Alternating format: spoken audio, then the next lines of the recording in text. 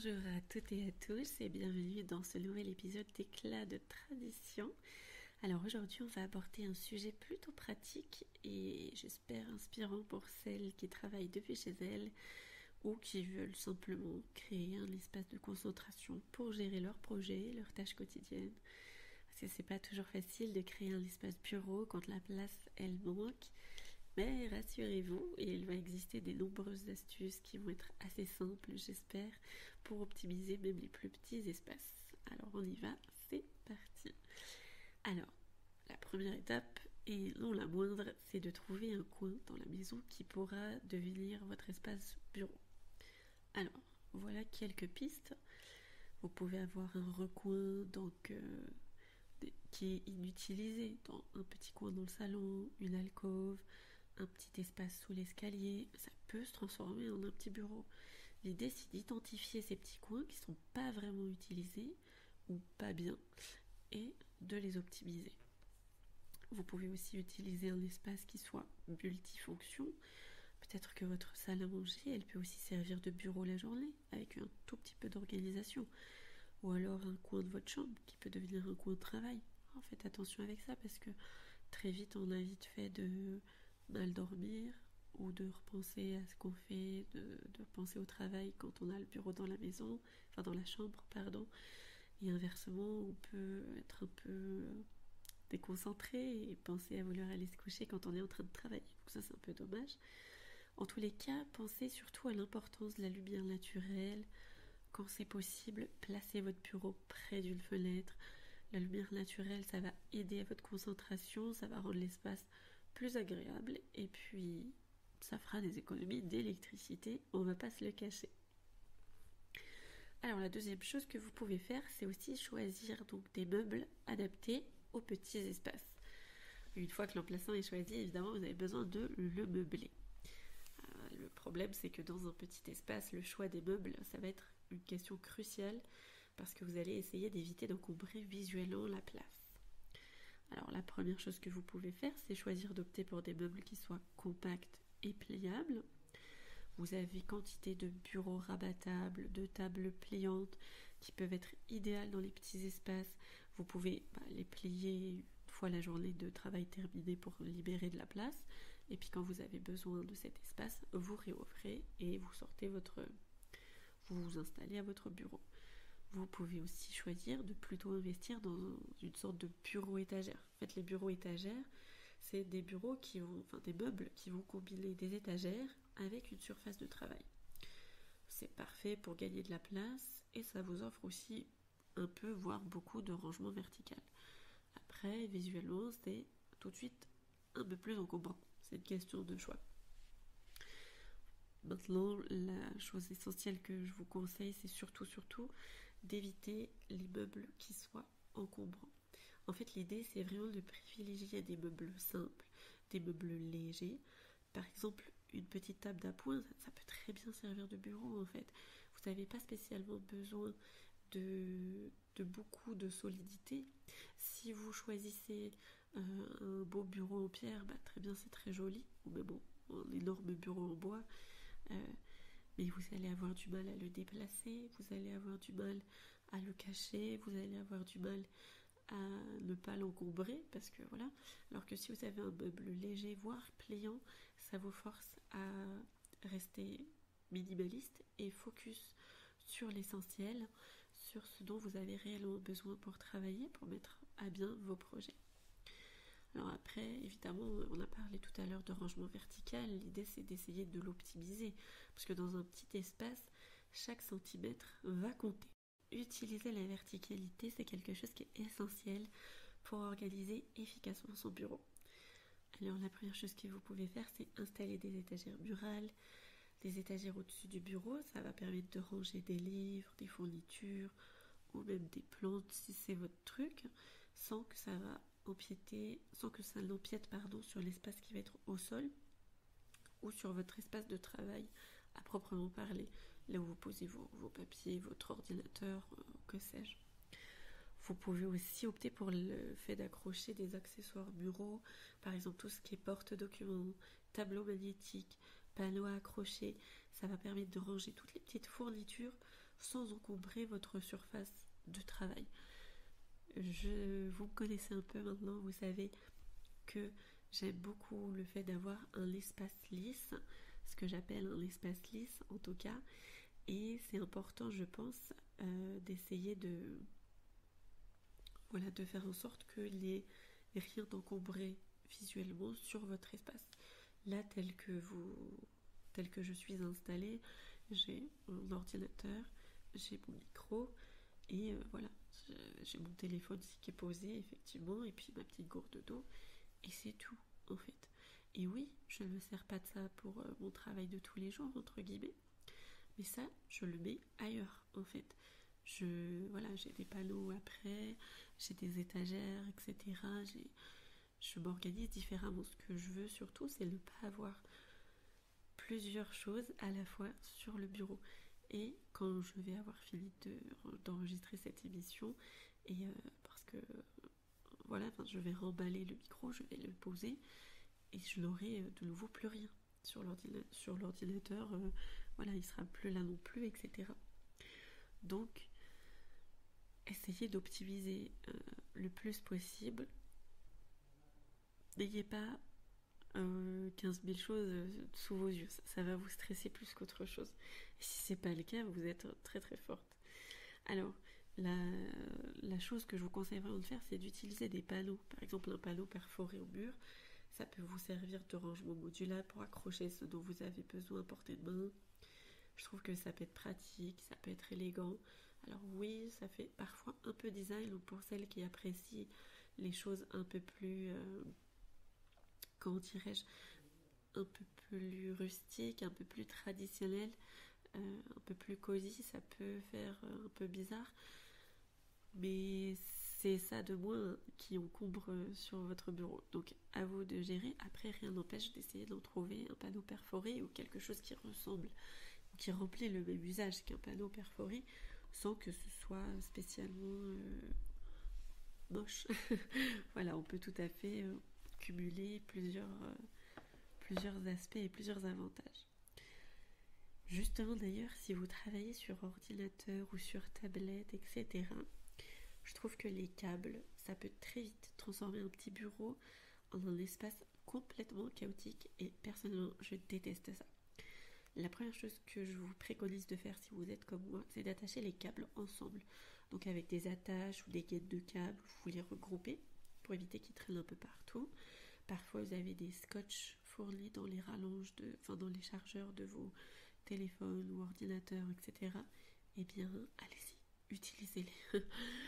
Moi, ce que je fais, c'est que je bloque tout dans une espèce de couloir qui me sert un peu de boîte de gestion de câbles. Et justement, c'était mon conseil suivant, utilisez des boîtes de gestion de câbles. Ce sont des petites boîtes qui sont discrètes et qui permettent de cacher toutes les multiprises. Et ça va donner un aspect beaucoup plus soigné à votre bureau. Vous n'aurez pas 50 câbles qui vont s'éparpiller partout. Par contre, voilà, comme je vous disais, concernant mon bureau en particulier, j'ai déjà une sorte je ne saurais vous dire, une sorte d'emplacement spécifique où je mets ma multiprise avec tous les câbles qui s'y rattachent. Et quand j'ai besoin de brancher quelque chose, et ben ça va directement derrière. Et donc je suis parfaitement tranquille à ce sujet.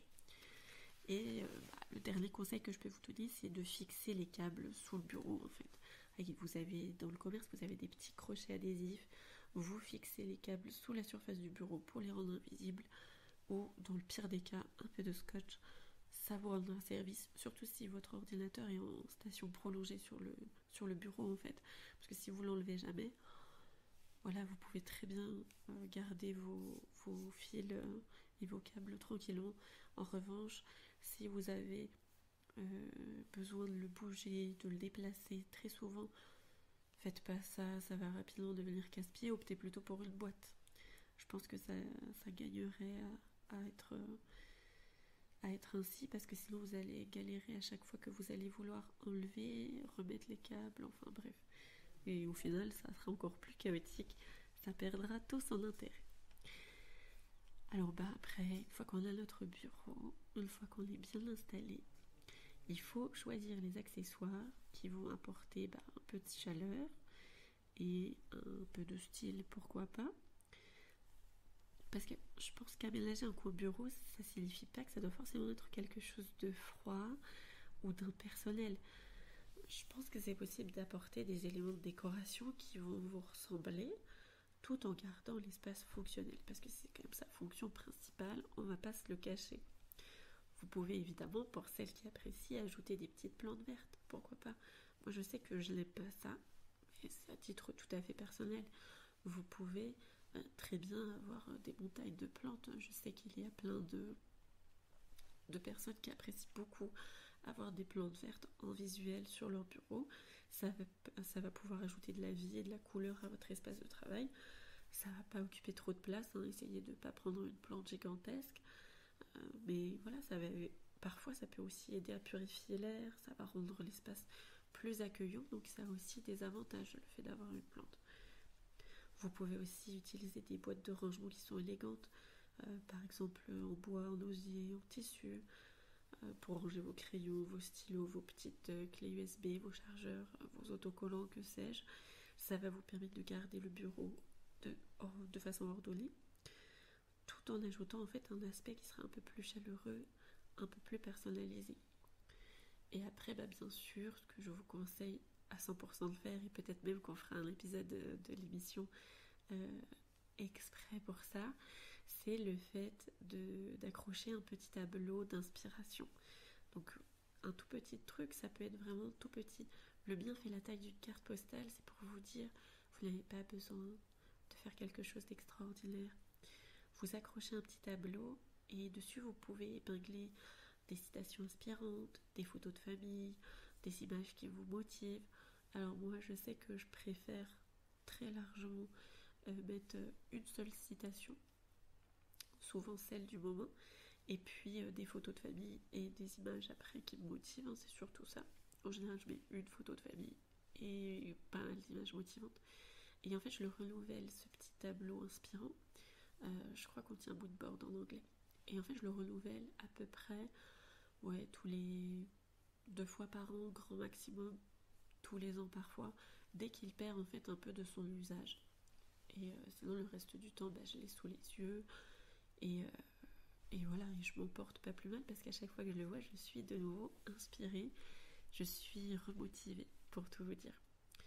Alors, je pense qu'il faut aussi qu'on aborde l'organisation, parce qu'un espace bureau qui est bien organisé, ça va demander un petit peu quelques efforts au quotidien pour pouvoir rester ordonné et fonctionnel.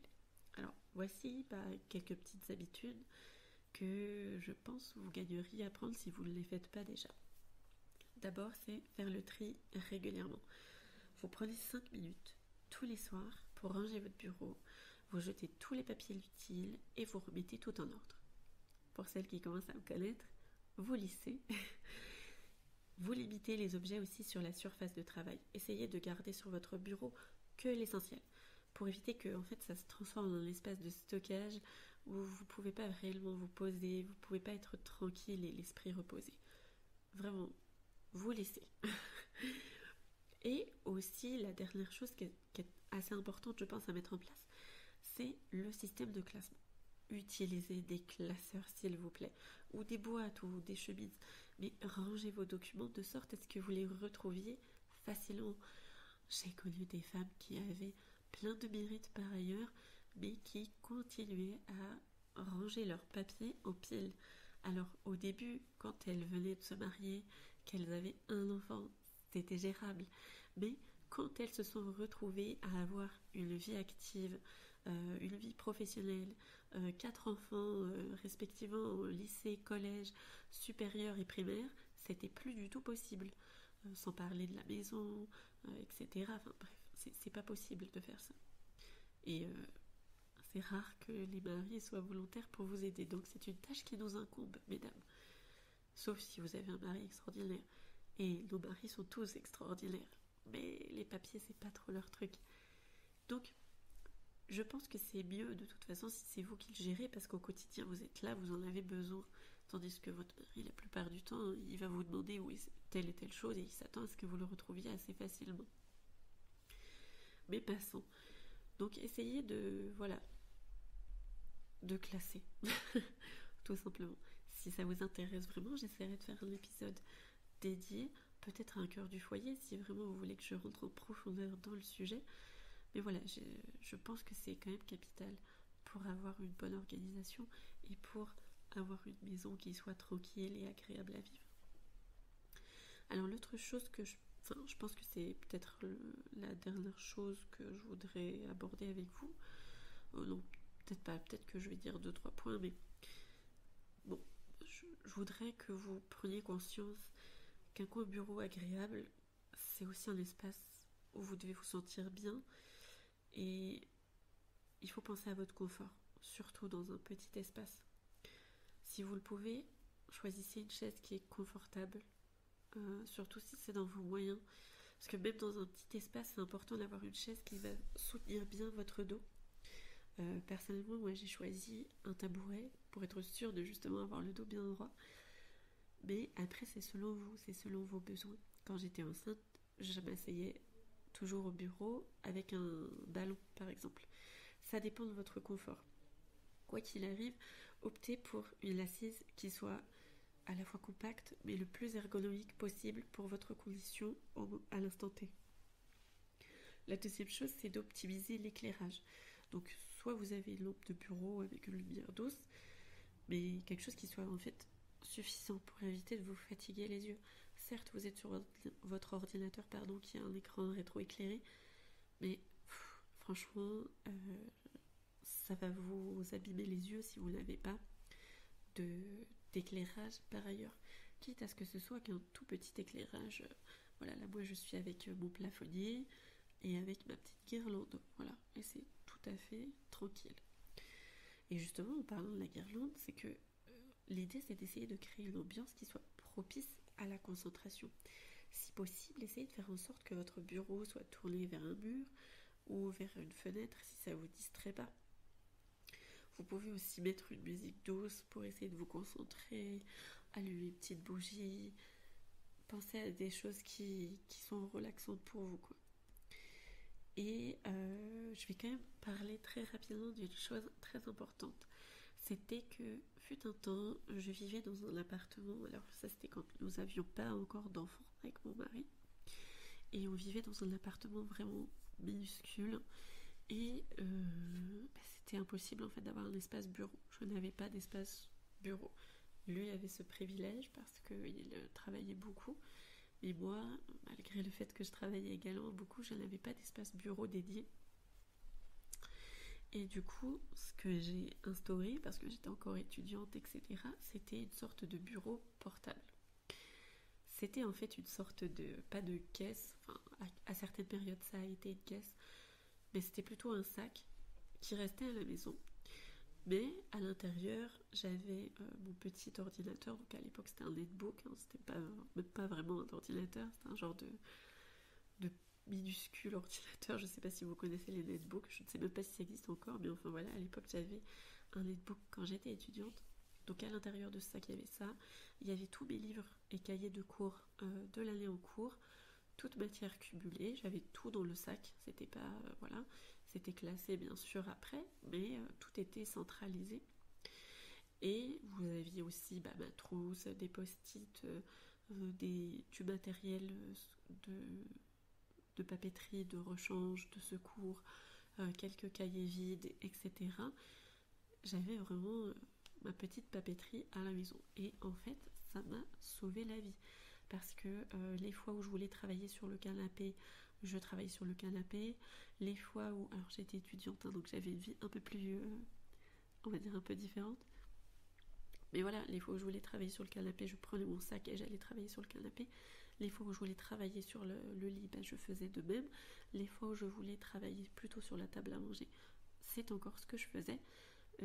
Les ultimes fois où par exemple je passais quelques jours chez ma mère, et bien là je prenais mon sac de travail et je n'avais pas à réfléchir en fait. Je savais que j'avais tout ce qu'il me fallait pour travailler. Donc voilà, le bureau portable ça peut aussi être une alternative si ça correspond à ce que vous voulez, bien sûr. Après c'est pas le confort ultime, mais ça reste une solution que j'ai adoptée pendant 5 ans.